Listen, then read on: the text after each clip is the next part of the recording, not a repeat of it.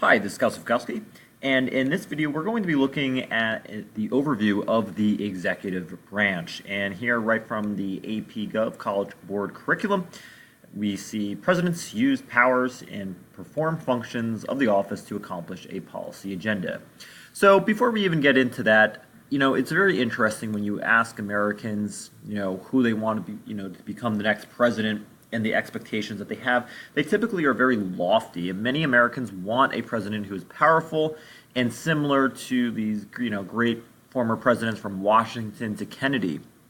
Yet, at the same time, Americans do not like a concentration of power because, again, individualism is certainly embedded into American political culture, and there tends to be some skepticism of authority. And remember, that began right around the Watergate era with the Vietnam War as well. So it is a very interesting situation that Americans find themselves in, that they do want a powerful president, but at the same time, they are weary of too much power being concentrated in the hands of one person. And of course, that is an ongoing theme since the founding of our Constitution. Now, what is interesting is, despite the fact that we are not really supposed to have a very powerful executive, really the bulk of the power is supposed to be in Congress, really the presidency, since really around FDR in the 1930s, has grown significantly and arguably is the most powerful branch. So as you study these videos of the executive branch, I want you to think about whether or not the executive branch is perhaps the strongest branch. And you could sort of argue that in many ways, simply because it's just made up of one person. Now, of course, the executive branch is larger than one person when you include the cabinets, you include the advisors that go along with the executive branch. But the fact that the president has a lot of power as just one person is an argument in and of itself. But one of the most elastic phrases in Article 2 that yields a lot of power to the presidency is right in the opening sentence of Article 2. The executive power shall be vested in a president of the United States of America. Well, what constitutes executive power? Remember our elastic clause that was found in Article 1 that allows basically any law that's necessary and proper can be justified in Congress. Similarly, this is almost like the equivalent of the elastic clause in some ways, that, again, what is the executive power? It shall be vested, whatever that is deemed to be.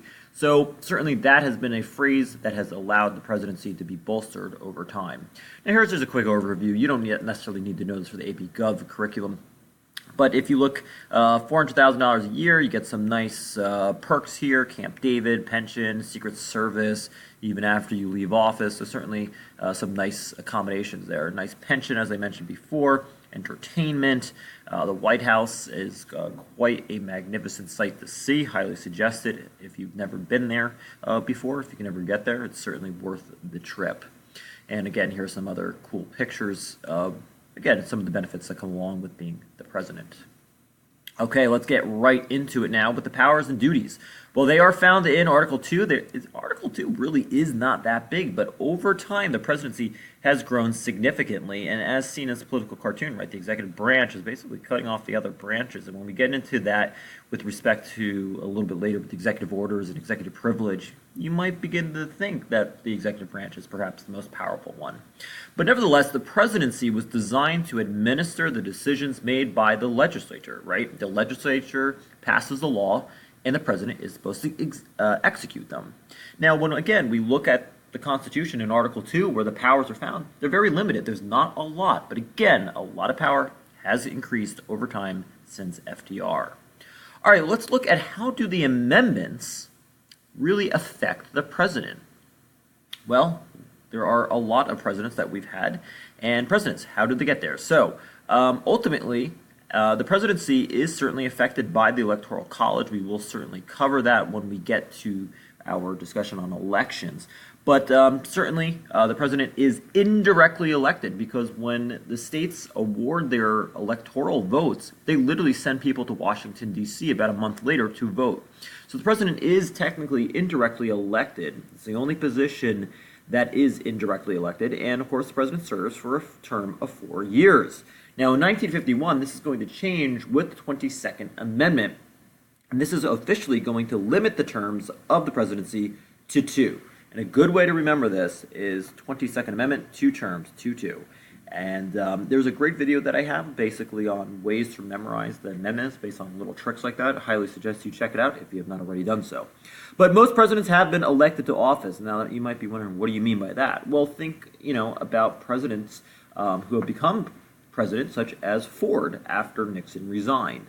That person was not, of course, elected. So most presidents have been elected. There are, of course, some circumstances.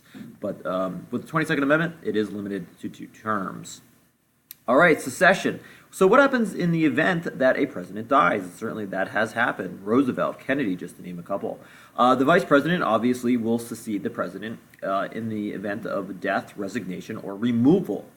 So the 25th Amendment sets presidential succession in a very specific way, that the vice president would become the acting president if something happened in the event that the president died, or even in the event that the vice president, the president's cabinet, determined that the president is disabled. See, the president doesn't necessarily need to be dead for the 25th Amendment to kick in. If the president is disabled, let's say in a coma, certainly that can be a reason why the 25th Amendment would be utilized.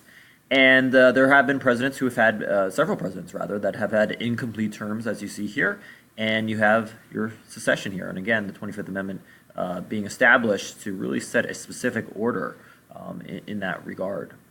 All right, now dealing with impeachment. Impeachment, of course, is very important because that starts in the House and is merely an accusation, and it requires a majority vote in the House.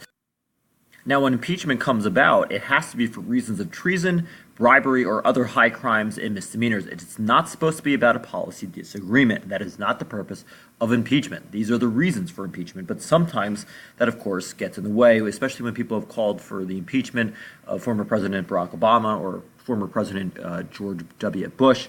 If it's policy related, technically impeachment should not be brought about. But if it's for other reasons that you see here, then technically it should be. Now, in the event that a person gets impeached, it does not mean that they're getting removed. It means that charges are being brought about. So the president would then be tried by the Senate with the Chief Justice presiding. Now, there have only been 2 presidents impeached. That, of course, is Andrew Johnson and Bill Clinton, neither of which were convicted. Remember that with Richard Nixon, he resigned, so he technically was not impeached. Again, impeachment does not mean removed. It just means being brought up on charges. All right, and then for the 20th Amendment, that is our lame duck amendment. That is when, after the new president is going to be elected, and that remaining president is just basically serving out the term until the new president is sworn in. And it used to be, from November to March. That's a long time. So the 20th Amendment actually moves that March date up to January 20th. And a great way to remember that amendment, 20th Amendment, January 20th. And of course, this is also going to affect the congressional start date, as it's also going to be moved to January in the same amendment. Ultimately, the goal is to prevent, again, inactivity or hasty decisions from being made on their way out of office.